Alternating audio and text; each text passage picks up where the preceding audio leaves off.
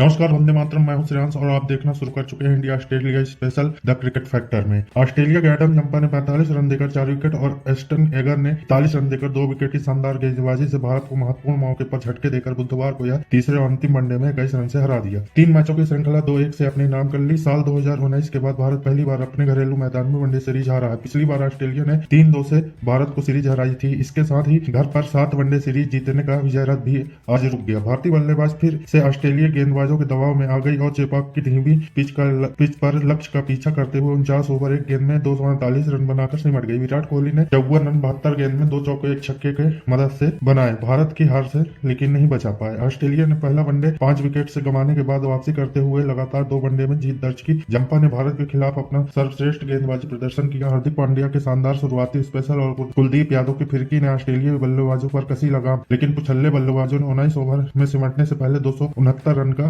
Run की चुनौतीपूर्ण score खड़ा करने में मदद। कप्तान रोहित शर्मा 30 रन और शुभमन गिल 37 रन ने मिचेल स्टार्क के खिलाफ सतर्क शुरुआत की। दोनों ने संभलकर खेलते हुए 9 ओवर में पहले विकेट के लिए 56 गेंद में 65 रन जोड़े, पर अगले ही ओवर में चीन अवॉर्ड की गेंद पर बड़ा शॉट खेलने के प्रयास में Rohit Sharma deep square leg में स्टार्क की गेंद पर कैच दे बैठे। कोहली क्रीज पर थे, पर कुछ ही देर में जंपा ने गिल को बगादुर आउट कर दिया, जिसे अंपायर ने नकार दिया और ऑस्ट्रेलिया ने रिव्यू लिया, जिसमें वह आउट हो गए। इससे दोनों सलामी बल्लेबाज पवेलियन लौट चुके थे। अब जिम्मेदारी कोहली और लोकेश राहुल के कंधों पर थी। कोहली ने 18वें ओवर में एगर पर मिड विकेट के ऊपर से 1 चौका और फिर 1 छक्का जड़ा। दोनों बल्लेबाज ज्यादा आक्रामकता नहीं दिखा रहे थे, दोनों 1-2 रन लेकर आगे बढ़ रहे थे। राहुल ने जंपा पर अंपायर के सिर से ऊपर से चौका जड़ा, जिससे यह अर्धशतकी साझेदारी पूरी हुई। अगले 27वें ओवर में राहुल ने थोड़ा हावी होने की कोशिश में स्टॉप पर गगनचुंबी छक्का जड़ा और 1 चौका लगाया। इससे पहले कि वह अपनी आक्रामकता को जारी रख पाते, जंपा ने अगले ओवर में उनका विकेट ले लिया। राहुल बड़ा शॉट खेलने की कोशिश में अवॉर्ड को कैच देकर आउट हो गए। इस तरह 93 गेंद में 69 रन की साझेदारी टूट गई। अक्षर पटेल 4 गेंद ही खेल पाए कि गलतफहमी में रन आउट हो गए। कोहली ने फिर 31वें ओवर की पहली गेंद पर 1 रन लेकर 61 गेंदों में 2 चौके 1 छक्के की मदद से अपना 65वां अर्धशतक पूरा किया। हालांकि फिर ज्यादा रन नहीं जोड़ सके। पांड्या 40 रन बनाए। एवॉर्ड पर छक्का जड़कर दबाव कम करने के प्रयास में फिर बीच में बाउंड्री लगाकर कोहली के साथ 34 रन की भागीदारी बना चुके थे। 35 ओवर में भारत का स्कोर 4 विकेट पर 185 रन था, पर एस्टन एगर ने 36वें ओवर की पहली गेंद में कोहली को, फिर अगली गेंद में सूर्य कुमार को शून्य पर बोल्ड कर दिया। सूर्य कुमार लगातार तीसरे मैच में खाता खोलने बिना पवेलियन लौटे। इससे स्कोर 6 विकेट पर 185 हो गया। रविंद्र जडेजा जंपा का चौथा शिकार हुए। उन्होंने 18 रन बनाए। फिर भारत के कुछल्ले बल्लेबाजों से कोई उम्मीद नहीं बची। इससे पहले पांड्या 8 ओवर में 44 रन देकर 3 विकेट लिए वे शीर्ष क्रम के बल्लेबाजों को आउट किए। कुलदीप ने चेन्नई की मददगार पिच पर ऐसी शानदार गेंद कर एलेक्स कैरी को आउट किया, जो बॉल ऑफ द सीरीज रही। बाएं हाथ के कलाई के स्पिनर कुलदीप की लेग ब्रेक गेंद पर कैरी चकमा खाकर बोल्ड हुए और इस भारतीय गेंदबाजी की खुशी का ठिकाना नहीं रहा। ऑस्ट्रेलिया का स्कोर 5 विकेट पर 138 था, लेकिन कैरी और